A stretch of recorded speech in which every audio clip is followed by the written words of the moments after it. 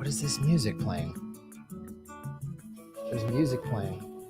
Is this Lee Camps playing music?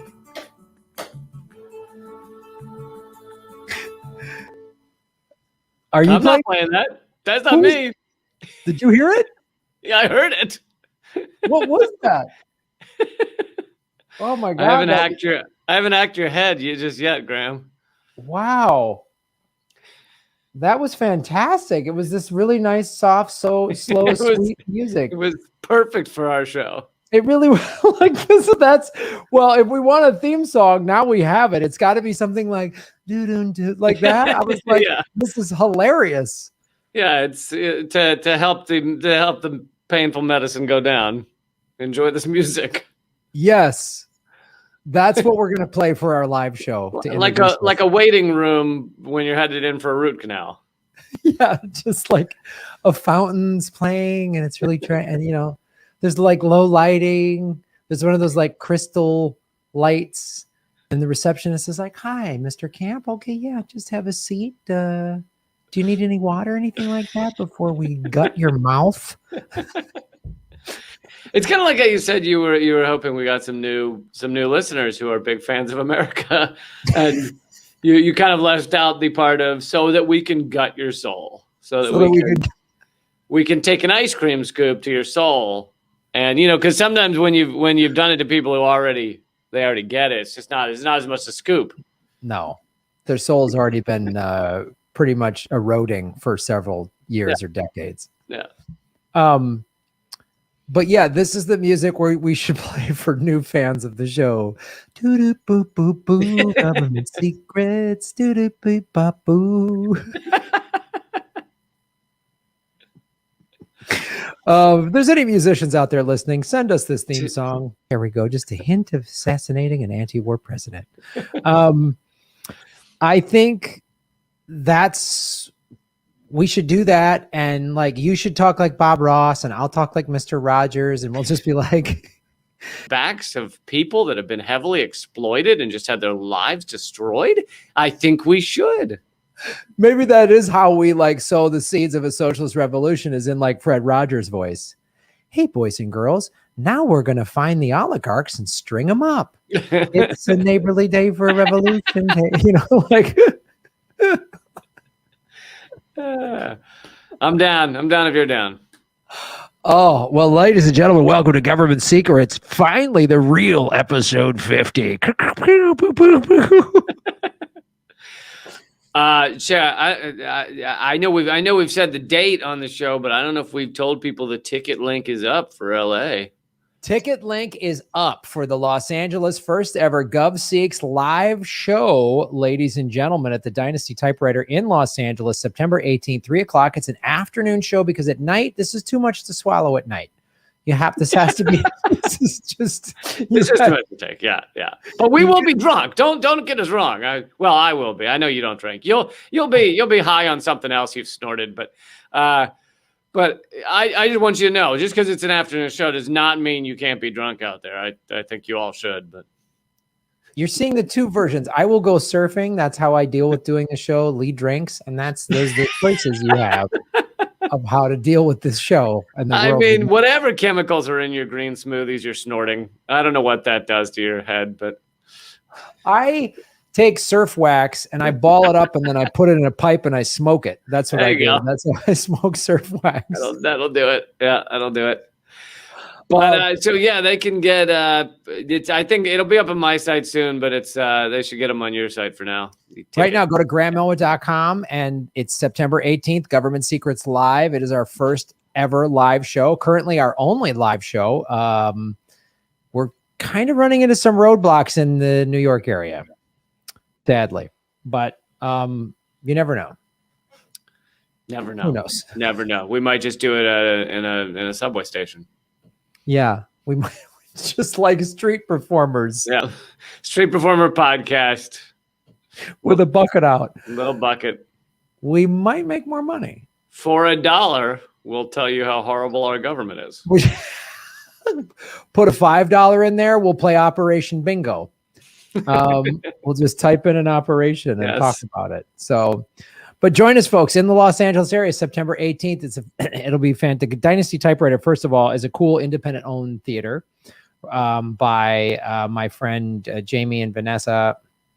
I've known them. They've really supported alternative independent comedy and given comedians in Los Angeles a place to perform that isn't just one of the big clubs. Not, so it's a cool space. So you're supporting a cool business. It's an independent, they're a small business and they barely made it through the pandemic. So the ticket price isn't just for vodka and vegan protein powder. It also goes to support a small business. And I'd say there's a solid 85-90% chance that both of us will be there. like 85%.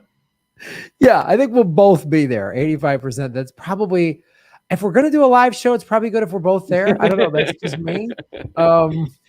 Graham might be surfing. I might forget to get on the plane, but just like, oh shit, was that today? Like, today? That's one of us is going to send that text to the other guy. Yeah.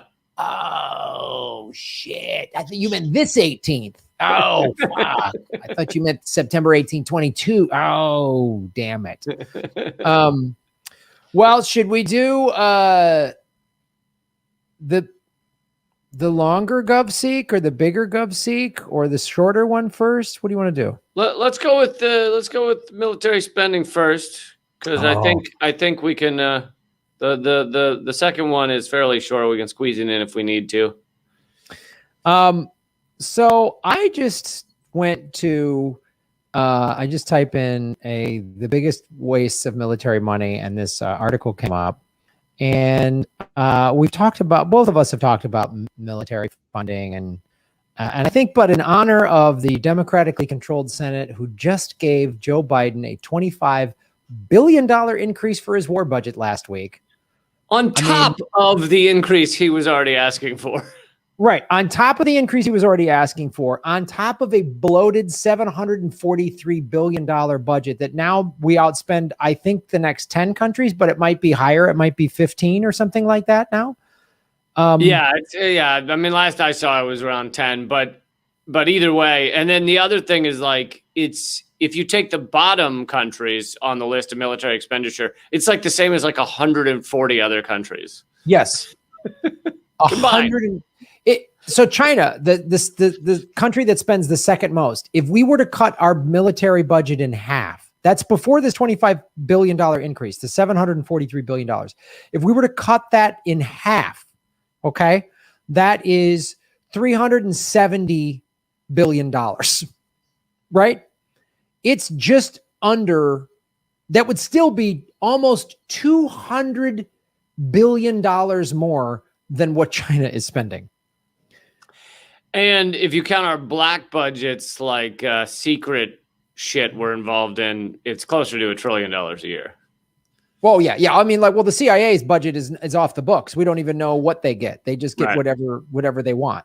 Right. And yet we can't get Medicare for all. And there was rallies in 20 some cities this past weekend, which was really cool. Did you go to one?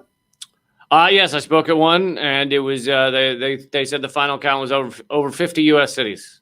50 U.S. cities. Yeah.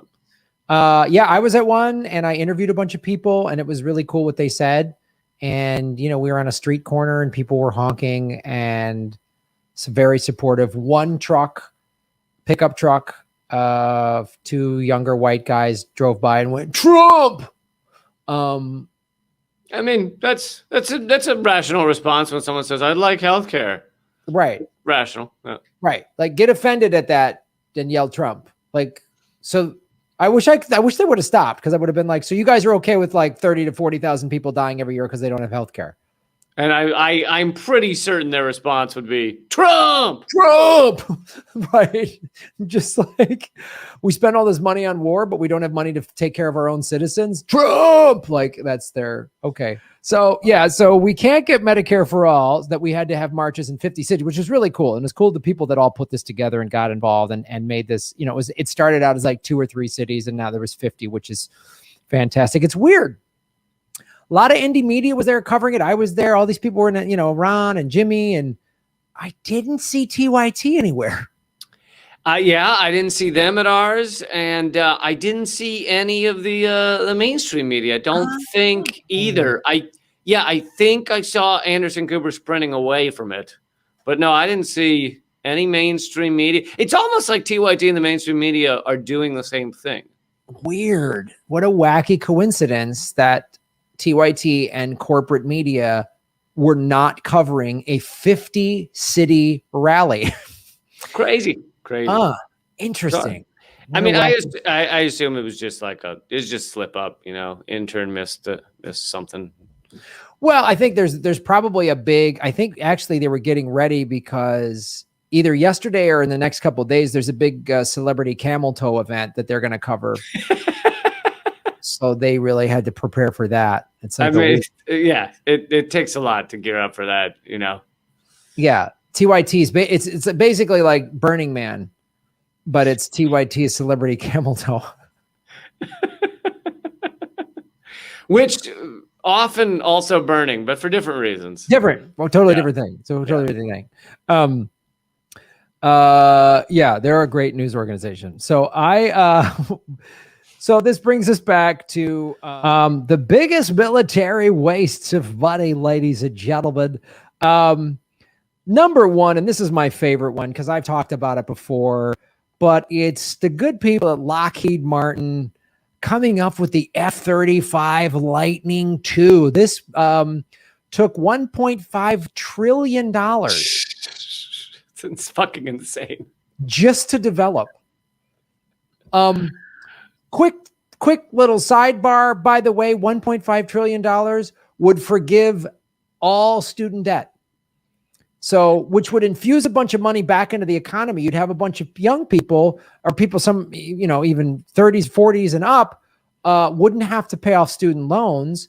They could, 85% of the loans are federal. So the government could just say, you don't have to pay us back. The ones that are through banks, the federal government could spend that money and give them the money. So the banks would be made whole. And people who don't have to make student debt payments every month, that money would go back into the economy, like what they have in Europe, because college and everything is like mostly free in all those countries. So that's why people have a better quality of life.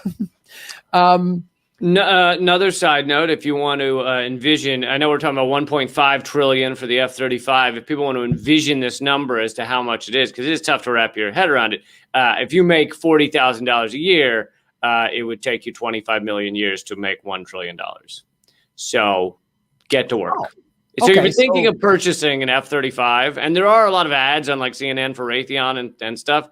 If you're thinking of purchasing an F-35, you should get working because it's going to be a couple of years. 25,000 years, you said? Million. 25 million years. It would take you 25 million years to make $1 trillion. Well, that's what I like is the American work ethic. You know what I mean? The bootstrap, pull yourself up and go get yourself an F-35. You know what I mean? Like, and I think that's totally real. And that's why, maybe if you're only making 40 grand, get a side hustle for Grubhub or put your car on Turo or something. Yeah, you could probably get that down to like 25 million years. 22 million years. Pretty easy. I think. Yeah. You throw in the household. If you put a little elbow grease into it, you get that out of 22 million years. Yeah. And if you're like you do the Lyft or the Uber, and if you're flirty or nice to the passengers, often you'll get a little bit higher tip. You get that down to 21 million years easy. And you make little bottled waters in the back of the Uber. Yeah. Car chargers. You get that down to 20 million years. So now we're already down to 20 million years. So like that's nothing. That's a walk in the park. No. Yeah. I mean.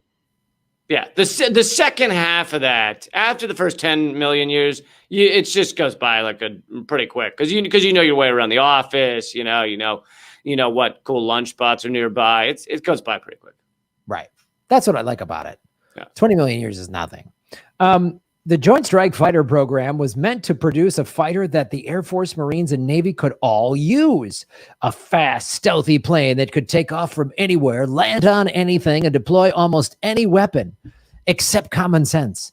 Indeed, it became a black hole of technical problems, delays, technology that was obsolete before being deployed, and above all, money.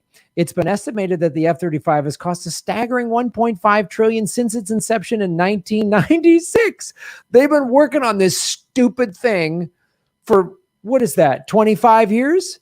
And they have kind of, in a backdoor kind of way, admitted that they're moving on from it, because they're still going to make it, and they're still going to, the government's still going to buy a certain number, but the military, the Pentagon, has asked for different kinds of fighter jets, basically without saying, hey, the F-35 isn't going to actually do what we need.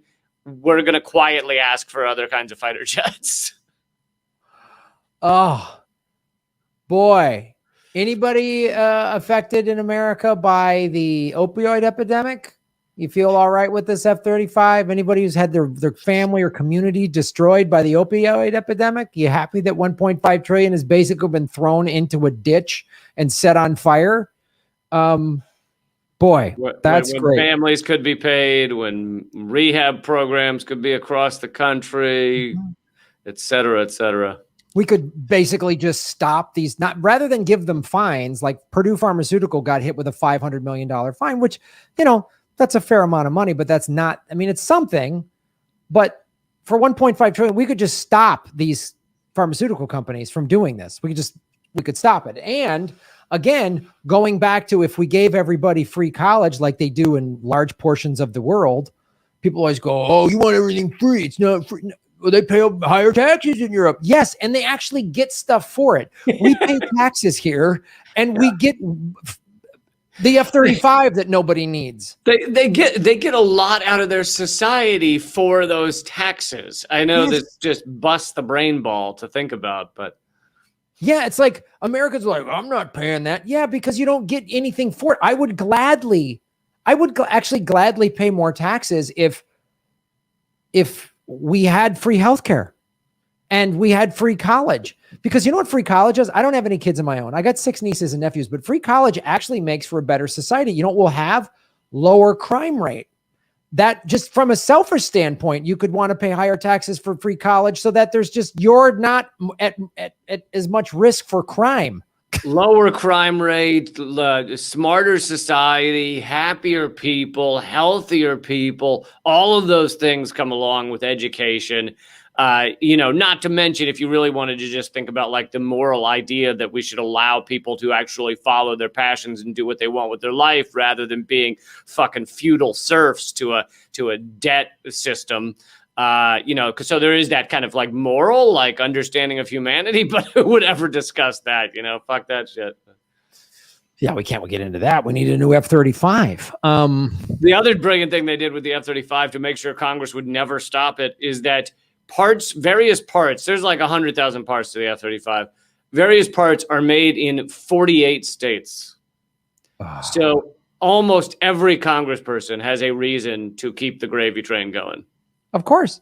And the reason the corporate media isn't screaming from the mountaintops at how much of a waste of money this is, and the corporate media will never say any of the things we've just said. This money could be spent on stopping the opioid epidemic, education, whatever, because Lockheed Martin and these companies, Raytheon, they buy ad time, and they're not buying, Lockheed Martin isn't buying ad time on MSNBC and Fox News because there's couples at home going, honey, the new F-35s are in, let's buy it. They're doing it to buy favorable coverage.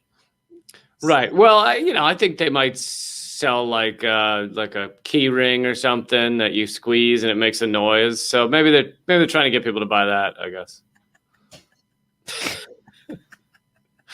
I would, yeah. We sell F-35s and novelty key rings are the two things Lockheed Martin sells. General Dynamics. Yes. We sell a laser that can put a hole through a man's trachea from 2 states away, and we sell a beer can opener that howls like a dog when you use it.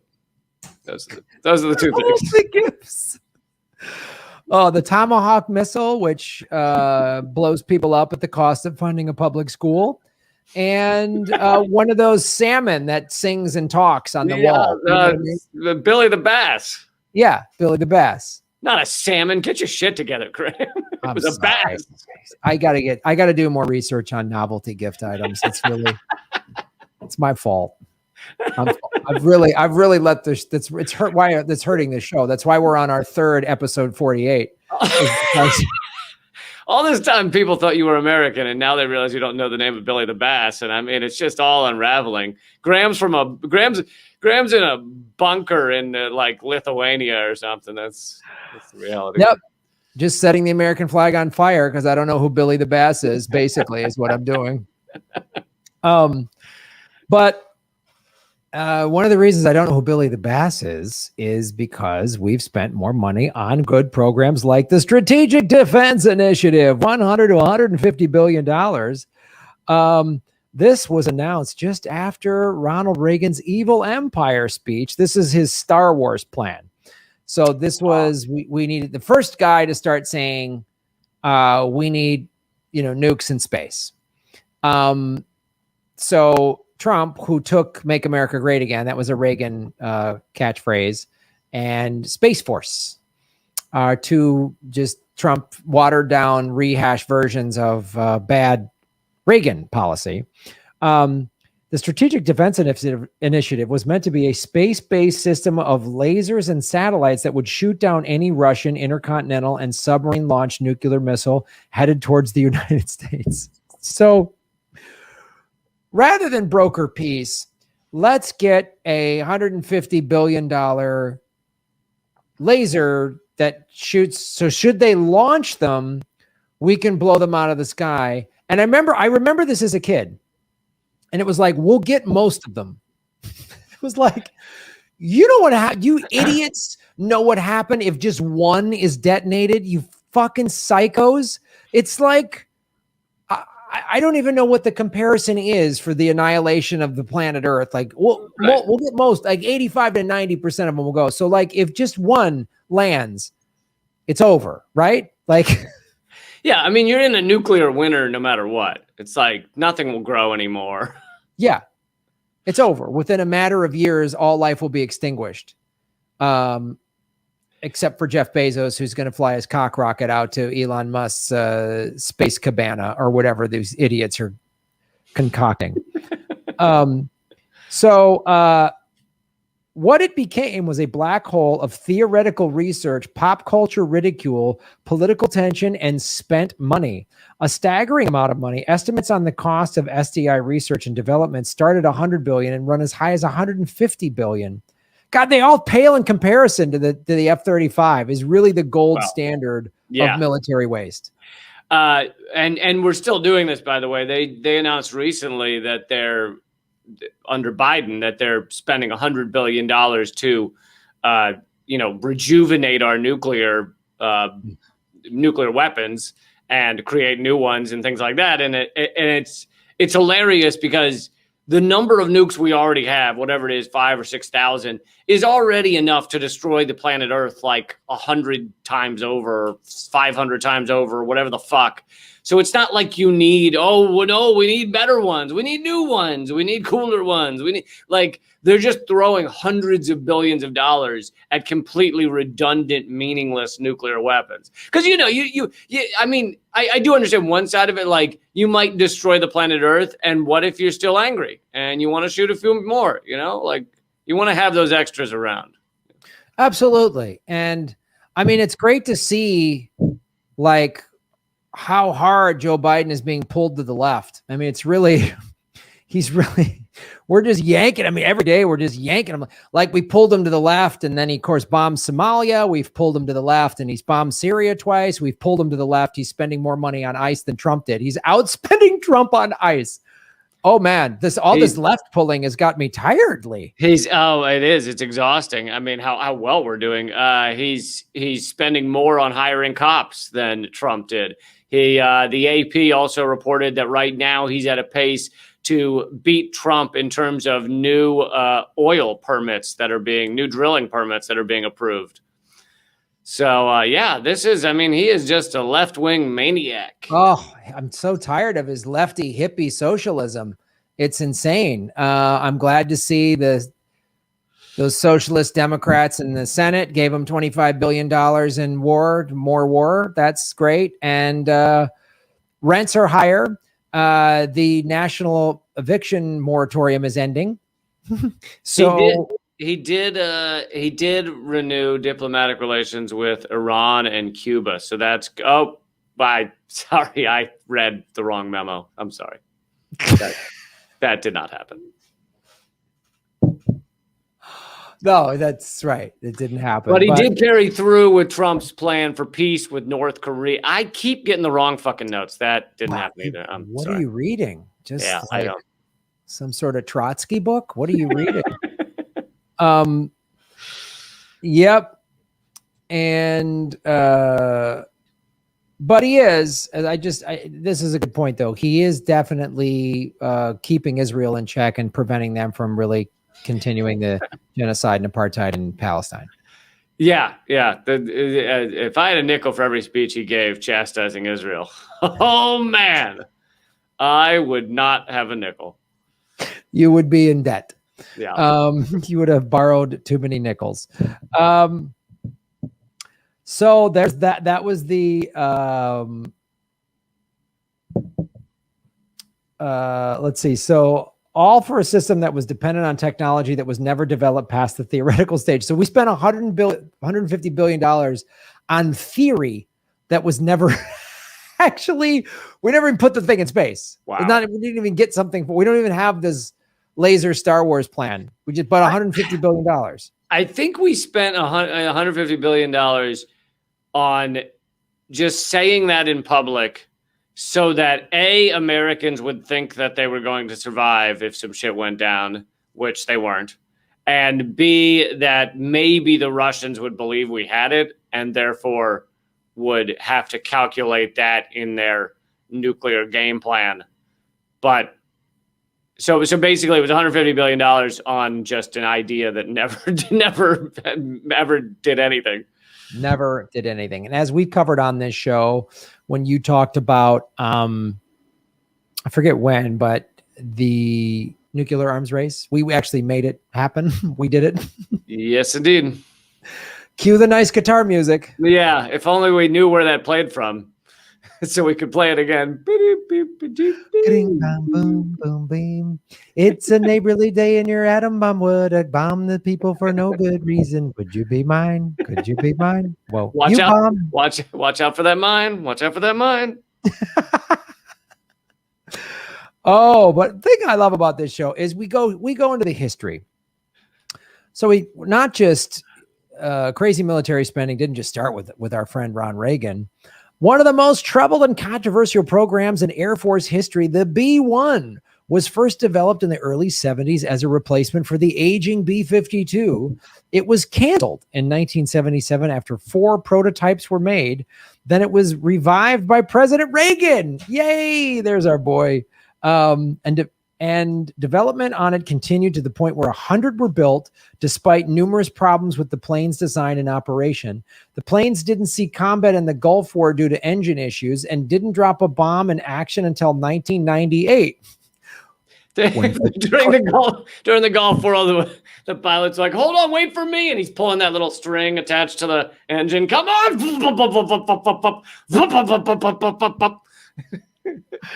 And they're just like, get those things in the air. We just need to know that they're up there. But it wasn't used until 1998, which is when Bill Clinton, I think this is when he bombed some poor village or whatever. Yeah. Like whatever the fuck he was bombing. Whatever that idiot parasite Epstein buddy was doing. The planes have proved useful, but hugely expensive at over $250 million per plane.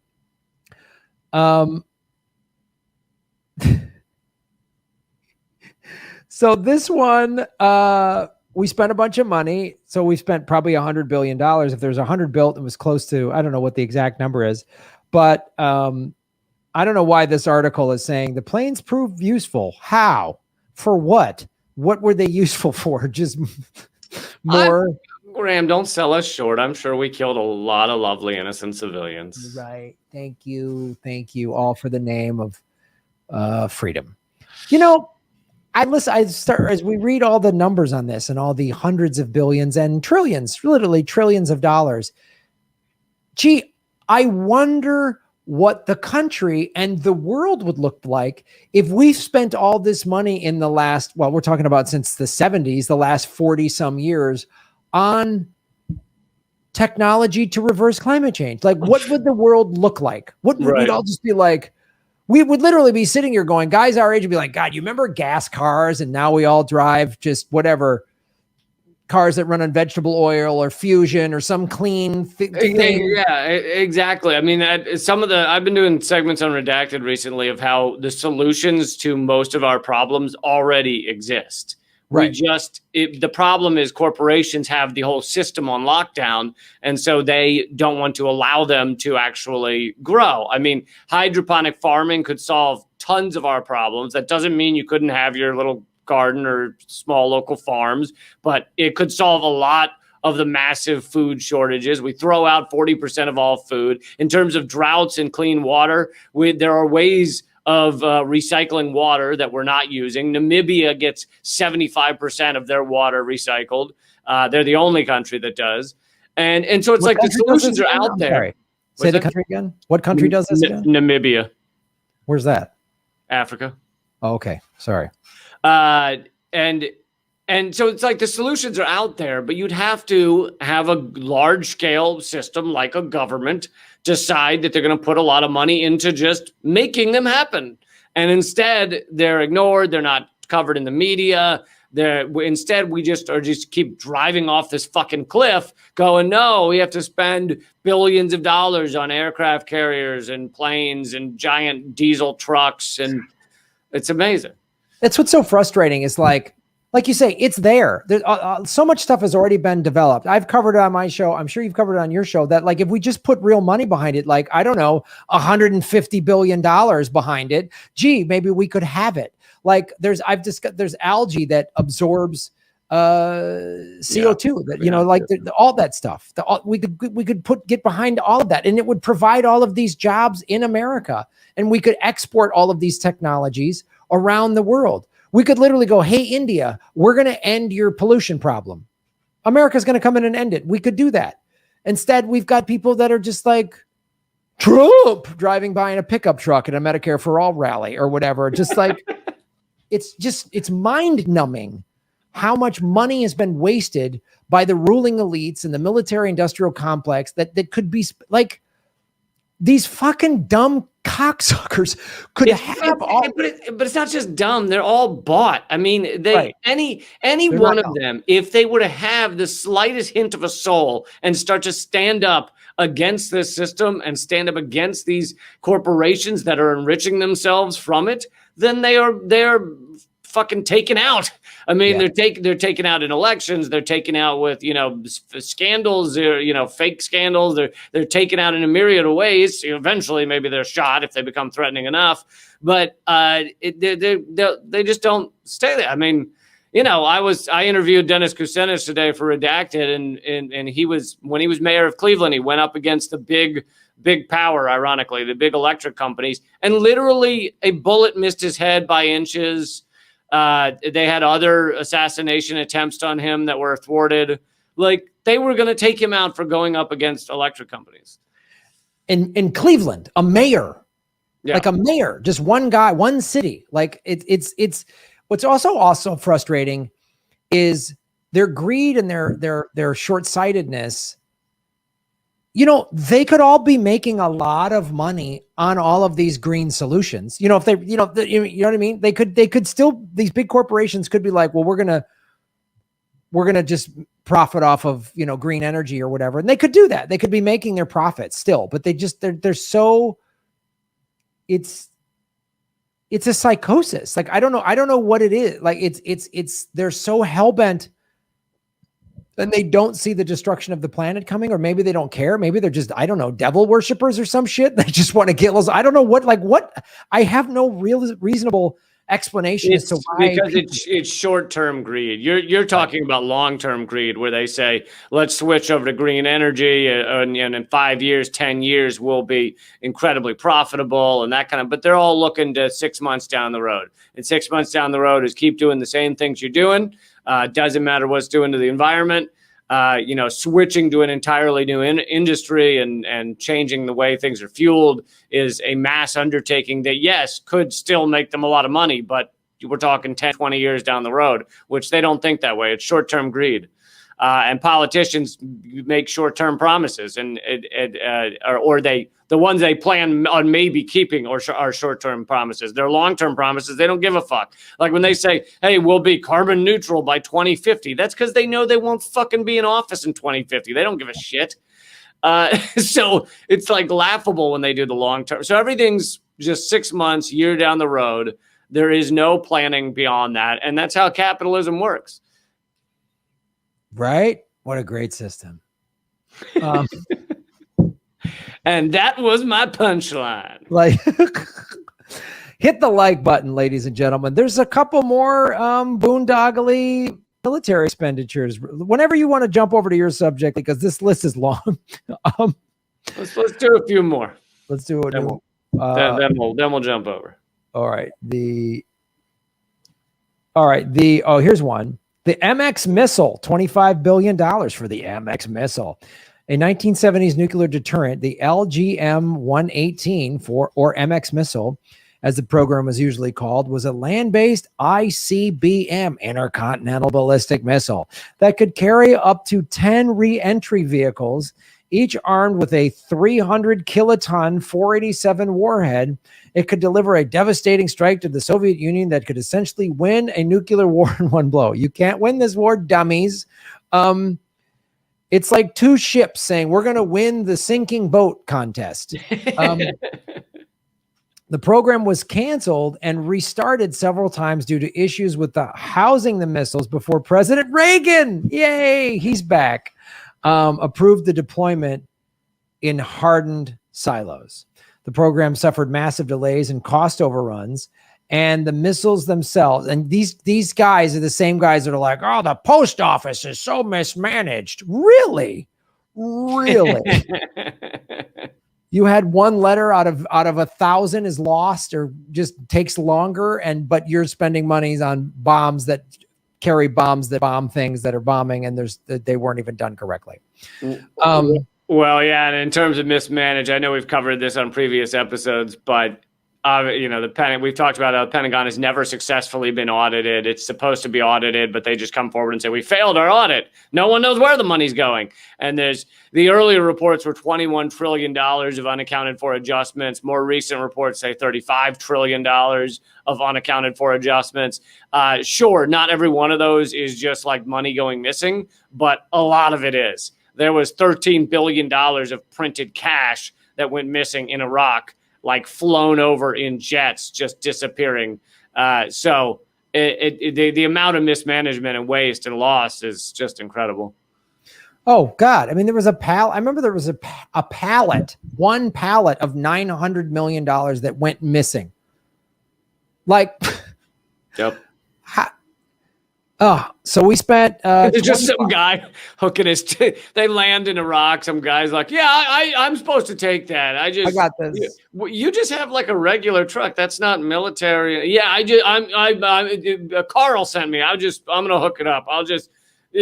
My paperwork. I'll bring it to you tomorrow. My paperwork. Yeah, he just holds up some sort of like yellow carbon copy. I got the slip right here, so I'll just send it over to command. We're good. I don't want to hassle you guys. It's in Arabic. You wouldn't be able to read it, but you just take that, and I'll be back tomorrow to sort all this stuff out. Yeah, big snafu from Central Command. I'll get it fixed. I'll just take the money off your hand. We'll store it. You'll be fine. Then they hear the tires squeal away, and then they're like, "Do you think he's coming back? Right? He'll come back." And just this guy laughing as he drives away like Smokey and the Bandit. This rocket ended up costing $25 billion to make just 114 missiles. The last they were taken out of service in 2003, and the Cold War they meant to win lasted a few years after they were deployed. Oh, fantastic. Fantastic. Does this have the missile defense shield on there? I mean, I know you kind of talked about one of them, but they remember for years. This was even in like when I was aware enough to remember it. So it must have been Clinton and stuff. they were still talking about, we're going to make the missile defense shield. At any minute, we're going to have a missile defense shield. No, this one isn't in there. But I don't know. I remember the missile defense shield. But maybe that was part of the Star Wars one. But no, was that Clinton? Yeah. I forget. There's so many wastes. I just keep forgetting. And then they've got some other countries' wastes. But we're, of course, America's number one in these categories. As well we should be. We're the best at wasting money for bullshit. So yeah, that's just some of the highlights of America's great. So anytime you I want you to think about I want the audience, especially when you're talking to anybody that's like, well, we need military spend. And anytime you have any family members, friends, coworkers, anytime they complain about something not working, a road, some government facility, some social service, their schools for their kids, always remind them how much money we spend on the military. Always remind them of that. And just get that narrative out there, because they've done such an effective job at propagandizing everybody into thinking we need this money. And there's always some boogeyman. There's always some new threat, the terrorists, the ISIS, the Taliban, Assad, whatever, whoever is it in China, Russia, whatever it is now, there's always a new boogeyman that we need to spend all this money on. Tell them we could cut our military budget in half and still spend more than Russia and China. It's fine. And the reason we don't have nice things is because we waste them on this nonsense. On death and destruction and killing. It's a neighborly day in the death and destruction and killing. We're dropping bombs and murdering people and ruining lives. That's what we do. That's why we're America. Oh, I think you really missed your calling, Graham. We should try to make the set for the show on September 18th in Los Angeles.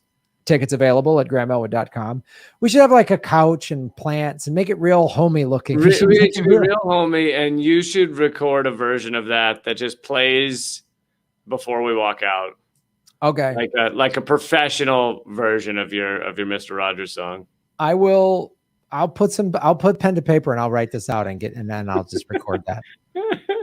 And I'll play and get some music. Ding ding ding ding ding ding ding ding ding ding ding ding ding. Yeah, that's what we'll do. We'll be sued by Mr. Rogers' widow.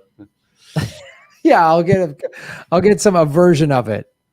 So that Wilhelmina Rogers. Mr. McFeely is gonna fucking sue us. I don't want Handyman Negri coming by with a summons. You know what I mean? Like Lady Elaine Fairchild bringing her law firm to come get us. Meow, meow, meow, meow, lawsuit. Meow, meow, meow, meow. A cat is delivering a summons. Meow, meow, meow, meow. Meow, meow, notice to appear. Meow, meow, meow, meow.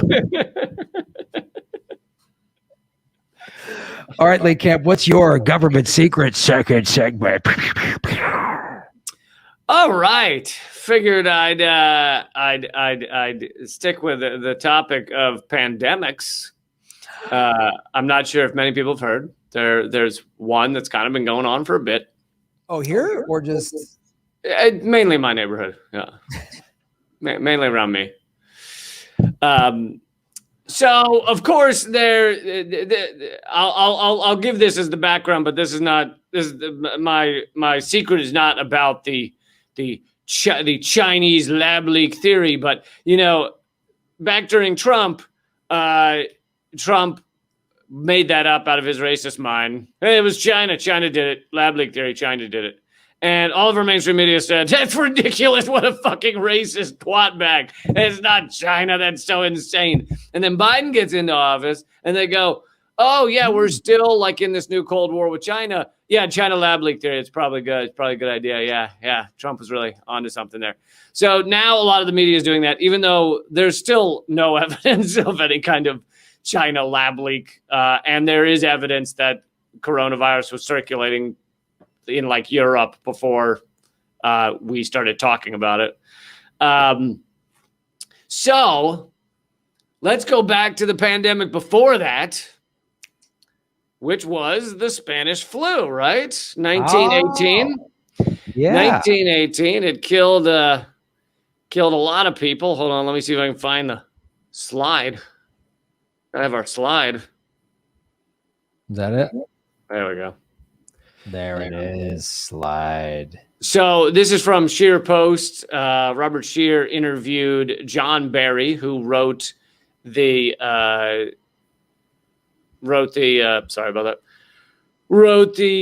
book, which was from 2004, called The Great Influenza, the story of the deadliest pandemic in history. And I think you can pull down the slide now. But so back in 1918, Woodrow Wilson, basically they started seeing hints of this, that there was a flu, but he knew, and a pretty deadly one. Ultimately, it led to the death of between 50 and 100 million people, which is more. So we were going into World War I, right? And that cost of the flu will ultimately be far more than the cost of the World War.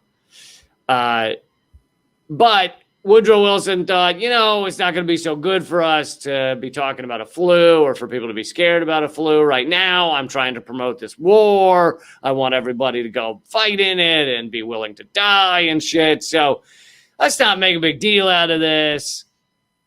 And they ultimately called it the Spanish flu because Spain, which apparently had a slightly more free press back then and was neutral in World War I, started talking about how there was a flu that was raging and killing a lot of people. And so basically Spain was the first one to report on it. So then eventually, the Spanish reports became too much to ignore, and the U.S. had to start talking about it, and Europe had to start talking about it. And they just said, oh, it's a Spanish flu. It started in Spain. Because they were talking about it, when in fact it was just Spain that was reporting on it. And there's a great deal of evidence that shows that it's fairly likely it started in Kansas. What? The Spanish flu started in Kansas and was apparently raging on a military base there. And the U.S. basically expedited the spread of this global, pandemic, this flu, by knowingly shipping sick military and infected military over to European countries to fight in World War I. And so the U.S. was just like straight up shipping the flu to Europe without admitting it, without reporting on it. And ultimately killing like 100 million people. And if they had been honest about what was happening and dealt with it like a pandemic and maybe even didn't have a war, they probably could have saved 50 million lives or something.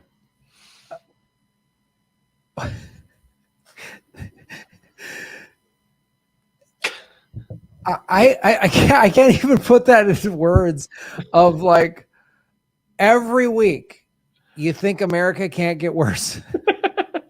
Like every week. And again, how did the flu really spread? Because of the American war machine, this war that no one wanted to get into, that they called the Wall Street War. Yeah. People were like, it was called Wall Street's War. And Woodrow Wilson hired, and I'm blanking on the guy's name, George Creel, to create the Creel Commission to basically market the war to Americans. And the movie industry was brand new. So they started this like in the movies, the evil Kaiser. And they wrote that song Over There. That was all marketing. They marketed it on radio and right. And that was also kind of the beginning of figuring out really how to manipulate people with marketing, because that's when Edward Bernays was doing his thing and figuring out, how to tap into people's emotions, whether they realized it or not. Rather than just before that time, most ads were like, buy this soda because you'll like it. Like, right. there was less understanding of how to manipulate people, and so Bernays led the onslaught of manipulation through marketing. Yeah. And they then turned America, by and large, did not want to get involved in this war. And they marketed it correctly to get Americans to go, we got to go over there, and glamorize it.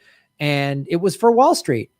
And Woodrow Wilson helped push it. And so he needed to get young American men over there to fight and die. And of course, then in so doing, shipped the Spanish flu around the world. Wow. Yeah, we've exported and named it the Spanish flu to get people off the scent of where it came from. The American military Kansas flu is what it should be called. Yeah. So basically, that flu was just another horrifying export. Like it was the original McDonald's. Yeah, we're doing with diabetes what we originally did with the Spanish flu. Yeah. We're shipping obesity and diabetes around the world for McDonald's, everybody. And let's remember Woodrow Wilson inducted into the Klan in a White House ceremony. So not the best of gentlemen, I'd say. Yes, we have covered that on the show. So many secrets keep on. That's funny because the show, as we unfold the secret, it usually dovetails into another one we've already uncovered, thus proving that this show will never end. We'll never have an ending to the show. It'll never end, and also proving that this is the most important show to ever be made, I'd say. Ever. There's nothing else I've been involved in that is more significant than this show in terms of waking people the fuck up. Second maybe to Bob Ross, but it's close. It's close. Bob Ross. We're going to just paint a little Kansas flu in there. That little Kansas flu. We're going to ship out on a Wall Street war. Just a little Wall Street war shipped out a Kansas flu. And if people want to learn more about that story, there is John Barry's book, The Great Influenza, the story of the deadliest pandemic in history. And there's also the interview that Bob Scheer did with Barry at Scheer Post. Oh, all right. Yeah, someone put in the chat, happy little bioweapon. Here's a little bioweapon shipped out by... And we'll just add it with a couple of birds falling from the sky. Just a couple of little birdies falling from the sky. Oh, this is where we first invented mustard gas, a horrible thing. Trench warfare, really awful, which will easily spread a flu. There you go. A little spread the flu in trench warfare. Yeah, my grandfather fought. Well, he didn't. Well, he was a soldier in World War I, and luckily, as the story's been told throughout my family, he became friends with like a colonel or a general or something like that.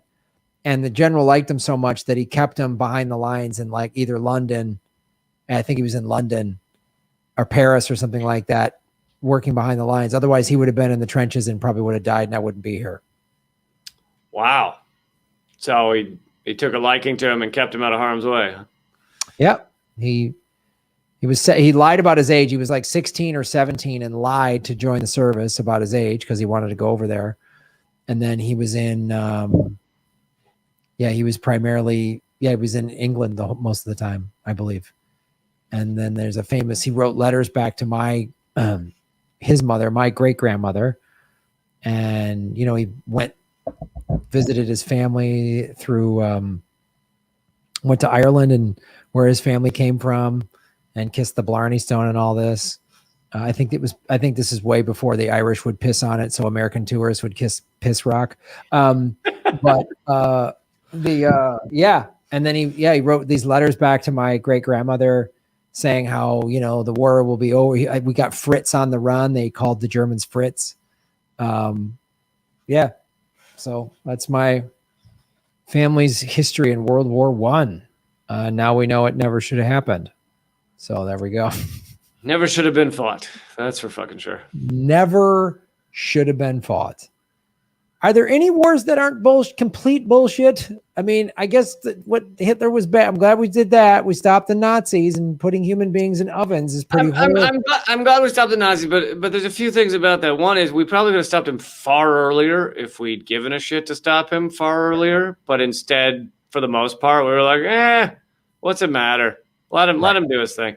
And then also, you notice when we did join the war, we didn't bomb the rail lines, stopping them from delivering people to the fucking gas chambers, did we? Yeah. We allowed that to go on. Yeah, that was good stuff. America, once again, is sort of, even when we're the good guy, kind of not, sort of the good guy enough, helping a lot of people. And American, it's... Wars are horrifying. They're just horrifying.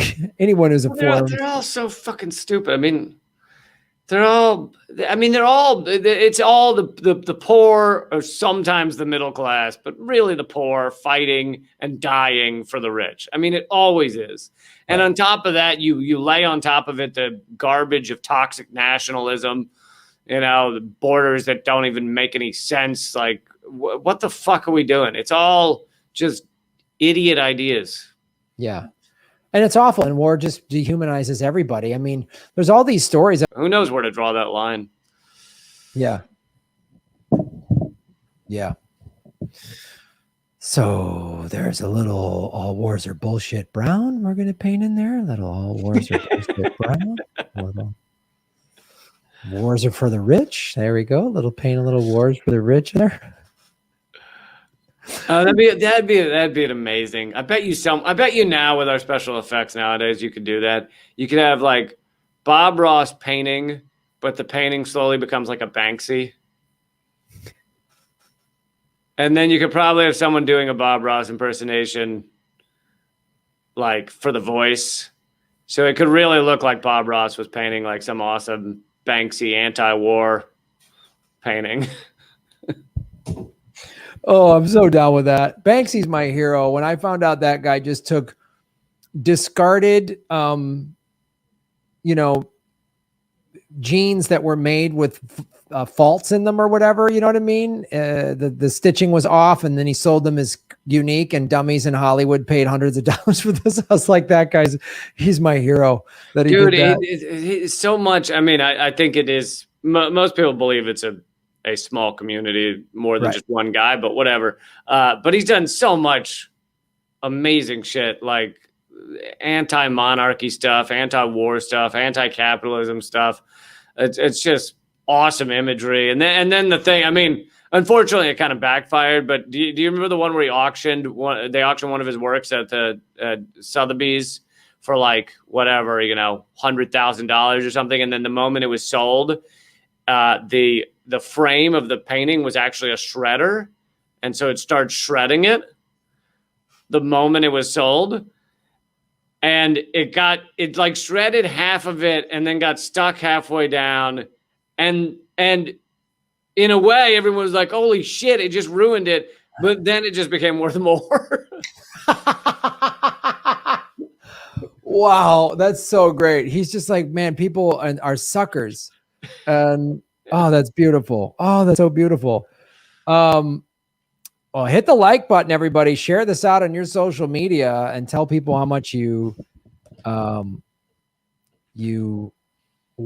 want to watch it. Wow, I'm having a real hard time with sentences today.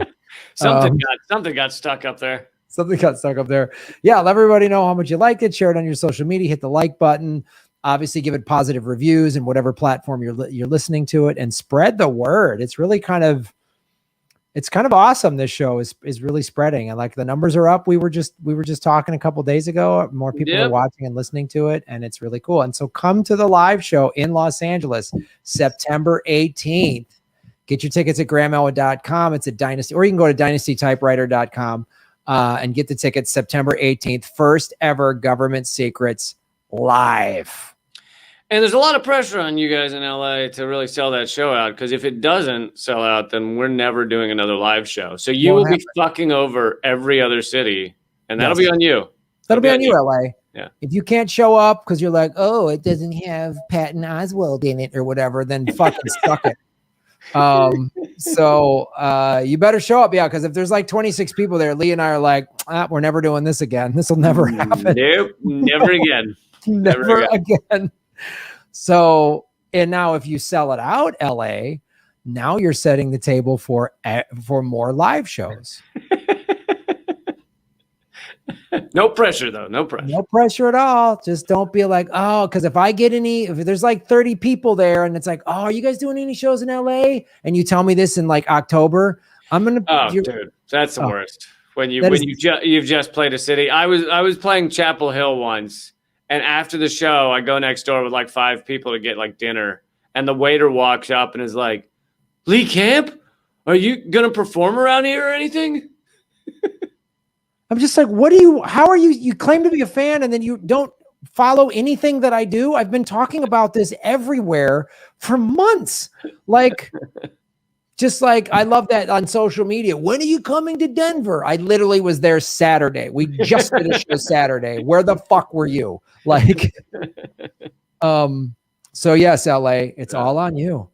The history and the future of government secrets on your shoulders.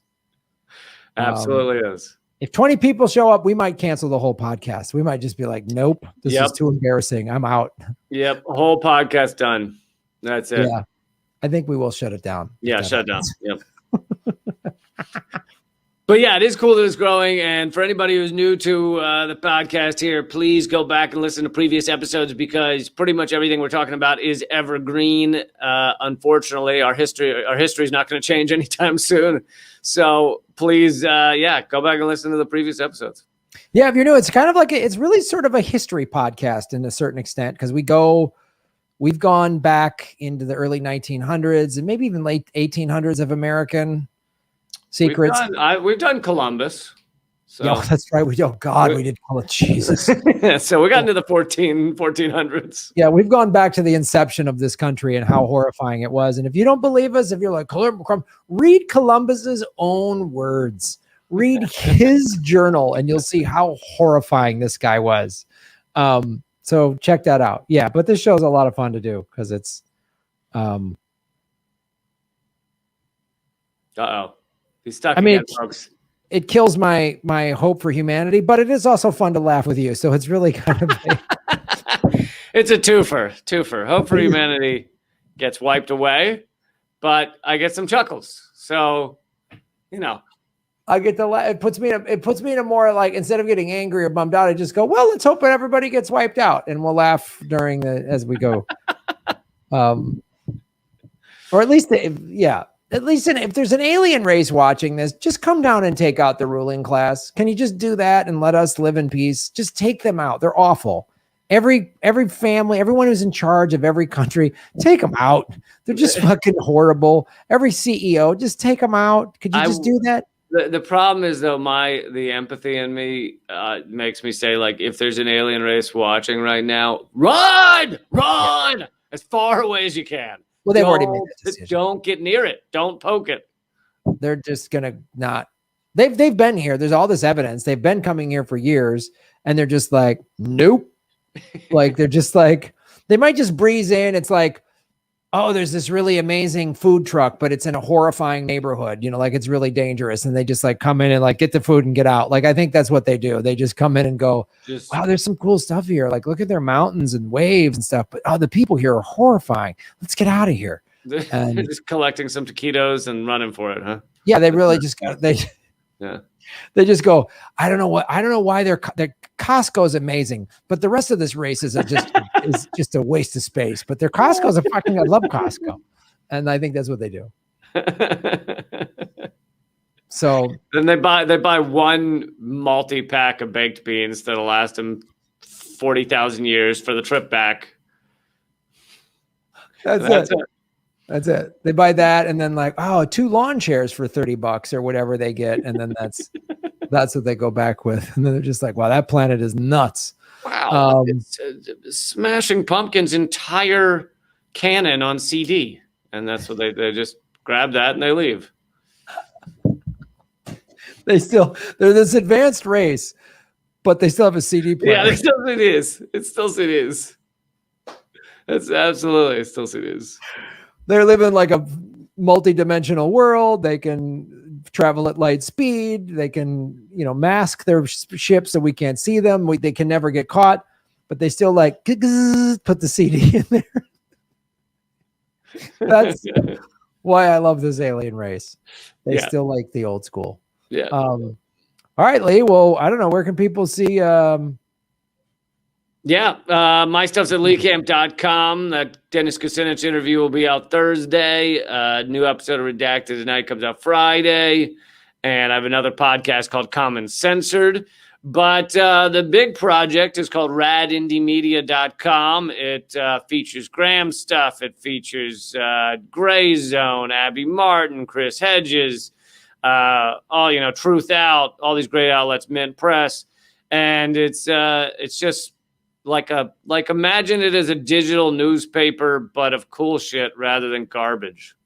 So, that's so cool.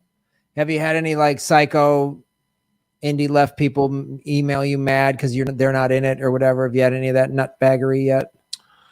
I haven't any mad yet. I've had some email me asked to be in it, which is fine. Just wait till you say no to somebody, then someone's gonna go fucking lose their shit. I've actually found, because here's the thing, it's not like Huffington Post steals clicks from other outlets by putting their shit on their page. Whereas all at Rad Indie Media, it all goes straight to your outlets. It goes straight to your videos. It goes straight to Mint Press. So it just gets, it is good for every outlet that's on there. It's not stealing anything. And folks, just go to GrahamElwood.com because I've got the Anything Can Happen game show. And, tonight on Rockfin, my Rockfin premium members of Graham's Late Night Crypto Lounge every Monday at 8:00 Pacific time. If you're up late on the East Coast. Tell me you're going to read some of that article from The Hill. Oh, God, yeah. I'm all over that article. God, it's another one of these like, crypto's bad. What is it? Doesn't make sense. It's just written by the dumbest, like Bill Maher's uncle or some shit like that. I only read the first 3 sentences, but just like the title was like, it's time to ban it from all of Earth. It just doesn't. Well, how dare people have a currency that I don't like? That I don't what that article should say is, I don't understand this thing, so I'm going to say get rid of it because I'm too dumb to try to figure it out, is what it should say. It'd be like me saying we must ban TikTok because I don't get it. TikTok is bad for society.